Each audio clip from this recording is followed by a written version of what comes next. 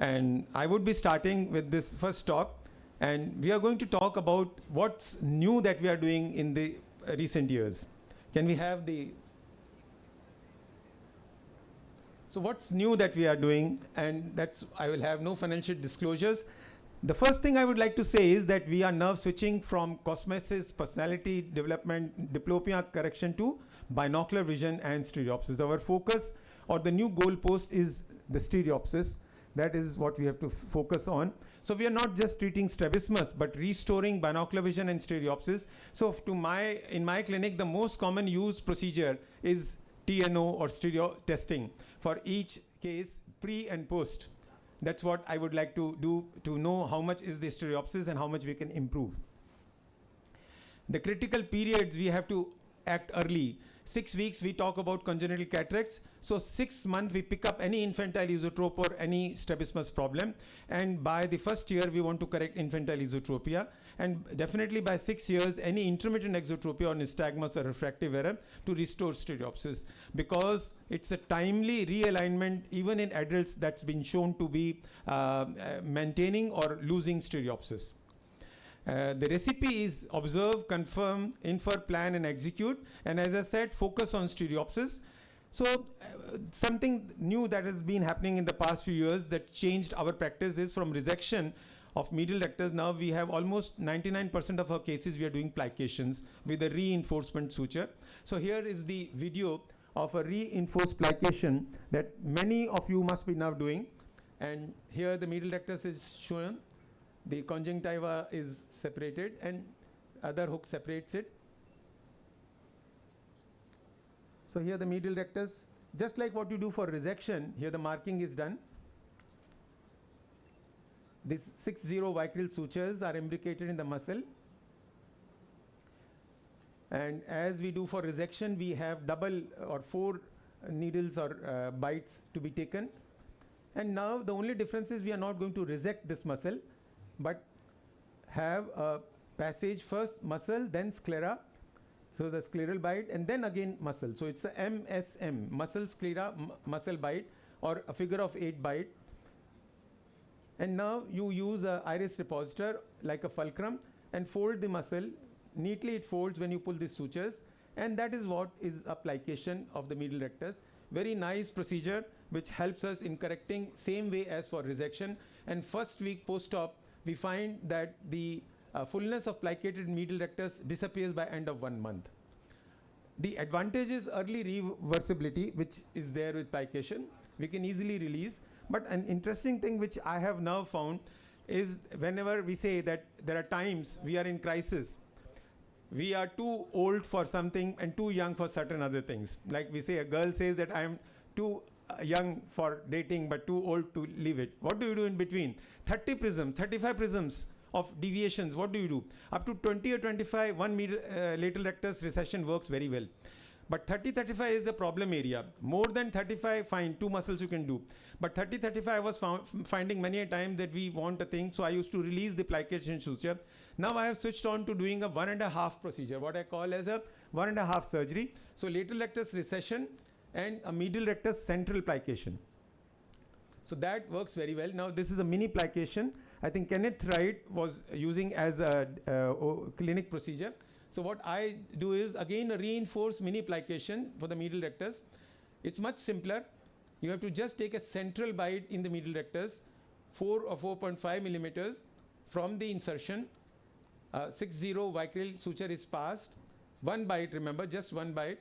And then we are going to pass in the sclera and then back into the muscle. So this is a reinforcement bite. And again folded the same way. It neatly folds, and this is just 1 suture. If at all you have to do, it's just nipping this suture and you can fall back upon. So if there is a surprise you get, you can easily undo that. What happens if you have to shift these muscles? People say that if you have to shift, resection is the easy procedure. Plication, how would you do that? I think as Dr. Andrea also agrees, we can do plication shifting easily, and that's how we can do it. Like in this case shown you, how we can upshift a plicated muscle. So this is by 5 millimeters upshift. So what we are doing is passing the muscle suture, but here it's a diagonal. Can you notice that? The inferior bite is now taken at the superior edge of the muscle, and this superior bite will be taken 5 millimeters further superior up here in the sclera.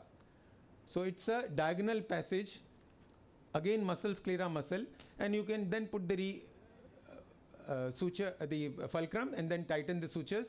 So it neatly does, and it does the same job as you would see for a resected muscle shifted up. So this is another thing which we have shifted. In DVDs, we all know that 4-week DVDs, we don't do any surgical management. Intermittent DVDs, we may try to convert them into 4-week by optical treatment. For manifest DVDs, those who have associated inferior oblique overaction, the standard procedure is total anterior positioning, right? So like this case, V pattern, inferior oblique overactions are there, DVD is there bilaterally. You do a total anterior positioning of the inferior oblique. It works very well. But if there is no inferior oblique overaction and you do this, there is a problem. It creates an A pattern.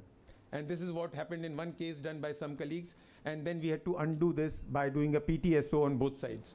So what do you do in such cases? We can do an IR plication. Superior rectus recession is also a procedure, but I find IR plication as a much simpler procedure to do for cases without inferior oblique overaction. So if you want to see, it's similar to what we did for medial rectus, but here the IR is being plicated. Again, we take a 4.5 or 5 millimeter bite in the muscle and then bring it on the sclera and then back onto the. So this is again a very neat procedure. The advantage is that you can easily undo application. So here you take the marks, and if you want a full effect for more than 10-15 prisms, you take both these bites. If you want only a half effect, then you take a central plication. So even asymmetric DVDs, what I generally do is on one side I do a central plication and the other side I do both these sutures. So it gives me a correction for both DVDs simultaneously. So this is how you can do. In SR recession, we had also done SR recession with Y split in order to enhance the effect of superior rectus weakening. But now I find IR plication serves the purpose, and we rarely do a superior rectus recession or with the Y split. So this is mini plication as advocated by Ken Wright, and this is what we change. So mini plication is very handy if you have a small hypertropia. In DVDs or Heman-Bilchowski's phenomenon, it works very well. Now this child who is having a Heman-Bilchowski's phenomenon, a pre-op, you see that right eye is drifting up. He is having poor vision. So in such a case, you can do a mini plication, it works. So this is what we have been talking about recently. The other thing is myopia. Now in high myopes, we have this strabismus fixus convergence. And what I have changed here is a modified SR-LR loop myopexy for heavy eye for high myopia. The shift is that we don't have to take a scleral bite. You can just do the SR and LR loop myopexy. Now you may say this is similar to what we were doing for Jensen's, and we failed. And I totally discourage people doing Jensen's procedure because I say that you are passing the vector force of vertical recti through a bad courier. The courier is lateral rectus, which is paralyzed. It cannot transmit the good force. But mind you, in this case, the muscle is not paralyzed. In myopic strabismus, the lateral rectus paralysis is not there. It is the shifted muscle, which is normal otherwise. You can use it to pass the force easily, and it works very well.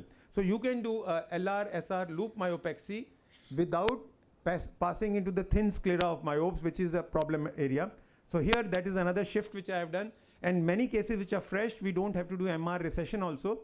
If FDT is free, just do LR-SR loop myopexy, and it works very well. So this is what I